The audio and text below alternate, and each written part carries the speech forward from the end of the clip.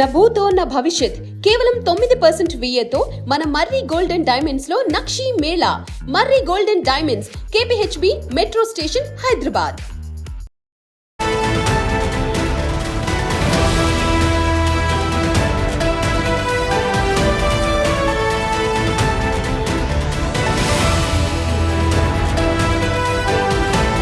Micro finance మోసంపై singer Mangli స్పందించారు. Facebook వేదికగా మంగ్లీ పోస్ట్ పెట్టారు. గతంలో ఇప్పుడు చెప్తున్నా ఈ మోసంలో తనకు ఎలాంటి ప్రమేయం లేదంటూ మంగ్లీ వెల్లడించింది.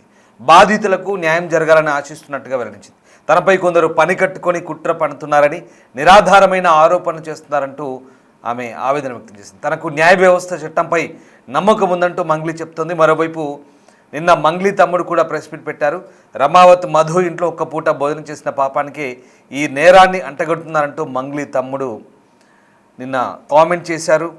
సింగర్ మంగ్లీ మైక్రో ఫైనాన్స్ స్కామ్లో తన ప్రమేయం లేదంటూ మళ్ళీ ప్రకటన చేసింది. రమావత్ మధుతో ఒక్క పూట భోజనం చేసినందుకే శోభ అనుభవిస్తున్నామన్నారు.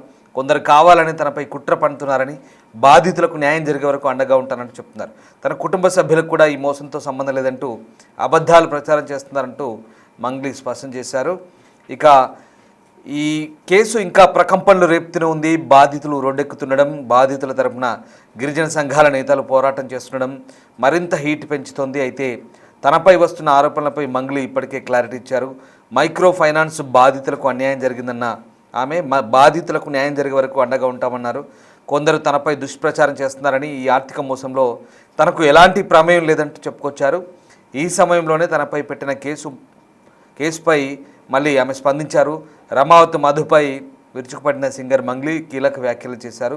దుర్మార్గుడని తెలియక మాట్లాడిన పాపానికి పట్టుబడితే తన బ్యాండ్తో కలిసి ఇంటికెళ్ళి భోజనం చేశానన్నారు.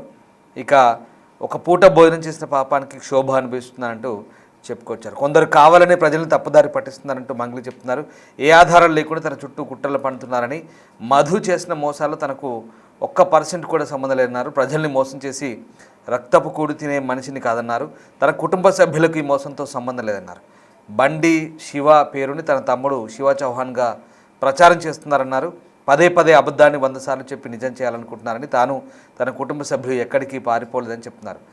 ఇక ఈ నేపథ్యంలో ప్రస్తుతం మైక్రో ఫైనాన్స్ కేసుతో తమకు ఎలాంటి సంబంధం లేదంటూ మంగ్లీ సోదరుడు శివ చౌహాన్ కూడా చెప్తున్నారు. మంగ్లీపై కుట్రపూరితంగానే ఆరోపణ చేస్తున్నారని, అడ్వకేట్ సుబ్బారావు ఆరోపణలు నిరాధారమన్నారు. ఈ కేసులో వాస్తవాలు ఏంటన్నది పోలీసుల విచారణలో తేలుతాయన్నారు. తమపై నిరాధార ఆరోపణ చేసిన వాళ్ళకి చట్టపరంగానే సమాధానం ఇస్తామంటూ మంగ్లీ సోదరుడు శివ చౌహాన్ చెప్తున్నాడు. సో మొత్తం మీద ఆమె ఒక పెద్ద పోస్టే పెట్టింది. ప్రస్తుతం ఆ పోస్టు ఫేస్బుక్లో తనకు సంబంధించినటువంటి క్లారిటీ ఇచ్చే ప్రయత్నం చేసింది. ఇటీవల ఇక ఈ ఫ్రాడ్ కేసు బాధితులు నల్గొండ జిల్లా పెద్దపురకు చెందినటువంటి ఫాల్తీ రమేష్ అనే వ్యక్తి బలవన్మరణానికి పాల్పడ్డాడు. ఈ నేపథ్యంలో మంగ్లీ నోటు విడుదల చేసింది. రమావత్ మధు బాధితుడిగా అభ్యర్థిస్తూ మంగ్లీ తనను తాను విడుదల చేసిన ఆ నోట్లో రాసుకొచ్చింది. ఆయన మృతికి బాధాకరమని చెప్తుంది మంగ్లీ. ఒకసారి ఆ నోట్ చూడొచ్చు. ఇక ఫేస్బుక్పై తన రాసిన వ్యవహారాలు, మైక్రో ఫైనాన్స్ శుభక్షేత్ర ఇన్ఫ్రా మోసంలో బాధితులకు అన్యాయం జరిగింది, వాళ్ళకు న్యాయం జరగాలని నేను ఆశిస్తున్నా. బాధితులకు న్యాయం జరిగే వరకు వాళ్ళకు అండగా ఉంటారని గతంలో చెప్పాను, ఇప్పుడు చెప్తున్నాను.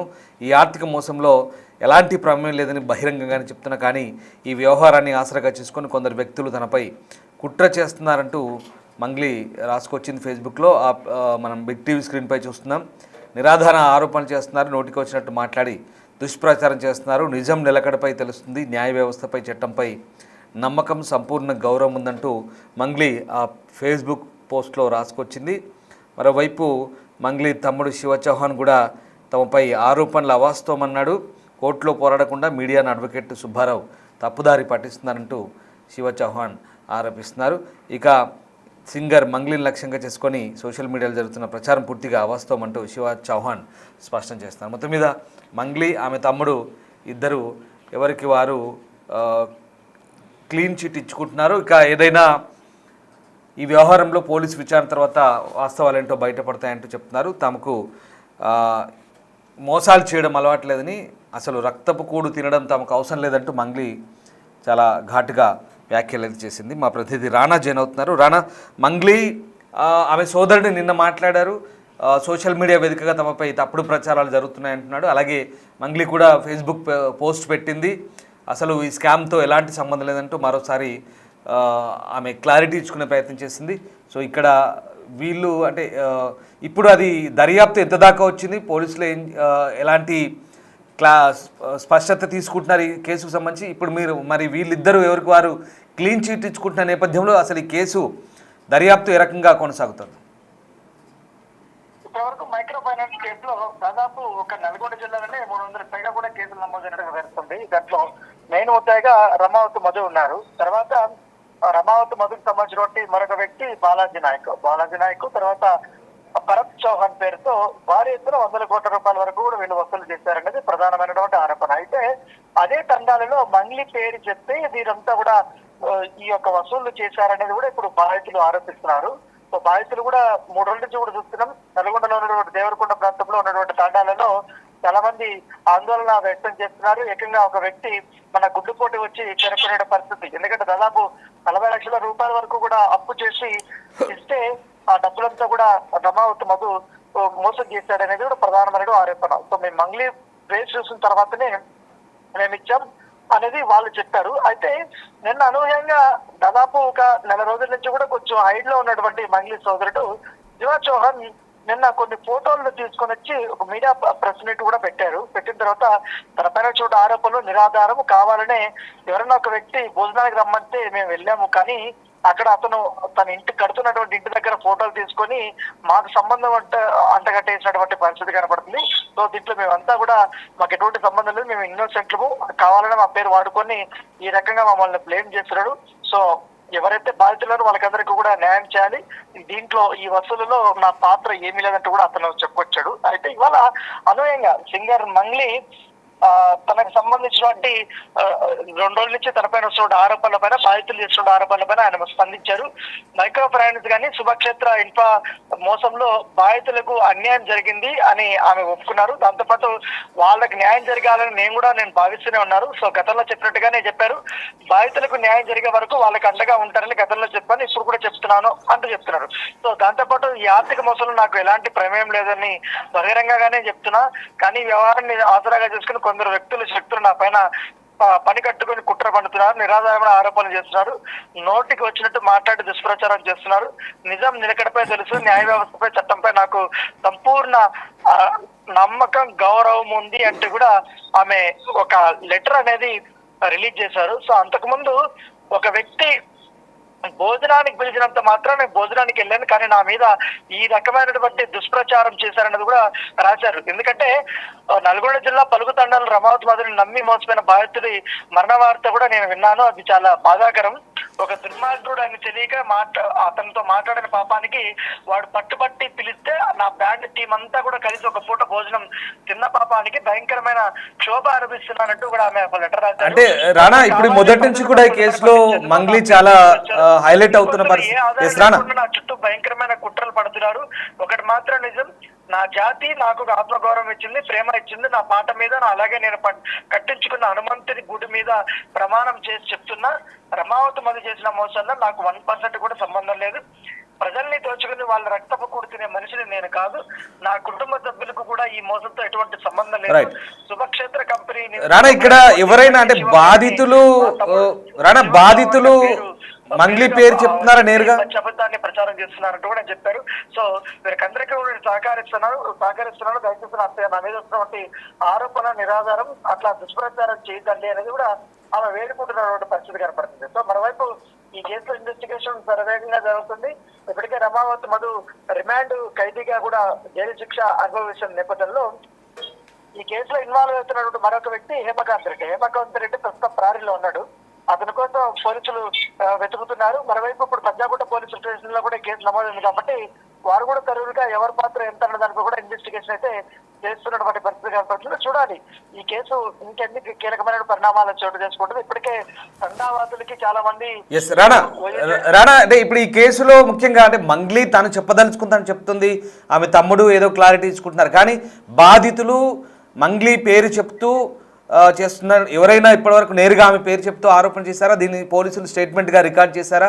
దీనికి సంబంధించి ఆ కోణంలో ఏమైనా ప్రస్తుతం అడుగులు పడుతున్నాయి పోలీస్ దర్యాప్తులో?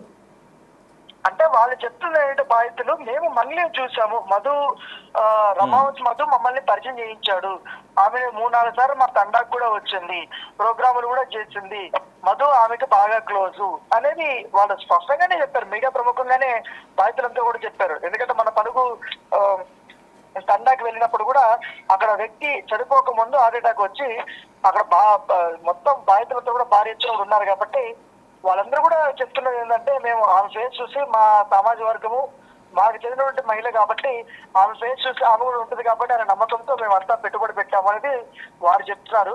సో కేసు అయితే సిఐడి చేతిలో ఉంది కాబట్టి వారు కూడా గతంలో ఇన్వెస్టిగేషన్ చేశారు, రమావతి మధుని అరెస్ట్ చేశారు, తర్వాత అతను బెయిల్ మీద రిలీజ్ చేశారు. బెయిల్ మీద రిలీజ్ అయిన తర్వాత కూడా మళ్ళీ ఇలాంటి కేసుల్లో అతను ఇరుక్కుపోయాడు.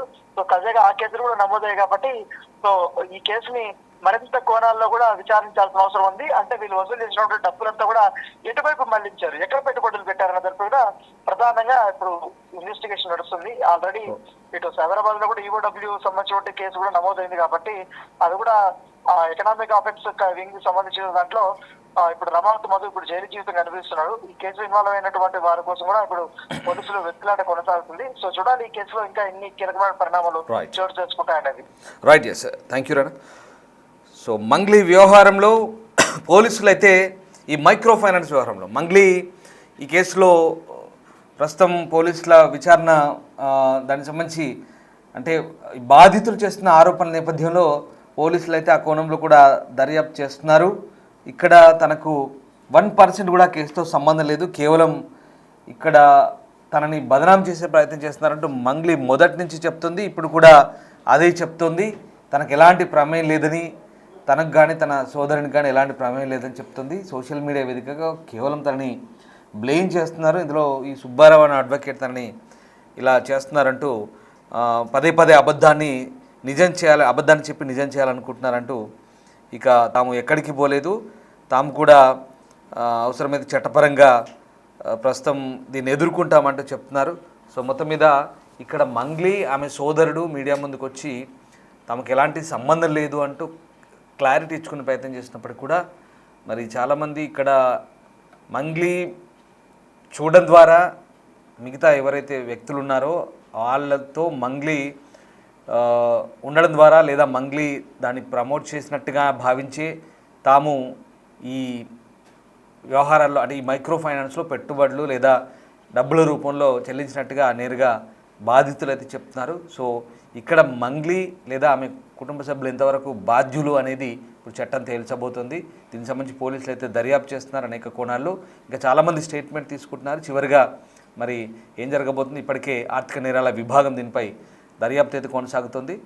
సో చట్టపరంగా ఎట్లాంటి అడుగులు పడతాయన్నది ఇంకా ముందు తేలాల్సింది. బట్ ఆలోపు ఇక్కడ తమపై వస్తున్న ఆరోపణలకు సంబంధించి అయితే మంగ్లీ ఆమె సోదరుడైతే క్లారిటీ ఇచ్చుకునే ప్రయత్నం చేస్తున్నారు. బట్ మరి చట్టం తన పని తాను చేసుకుపోతుంది. ఎవరు ఏంటనేది త్వరలోనే తేలబోతోంది.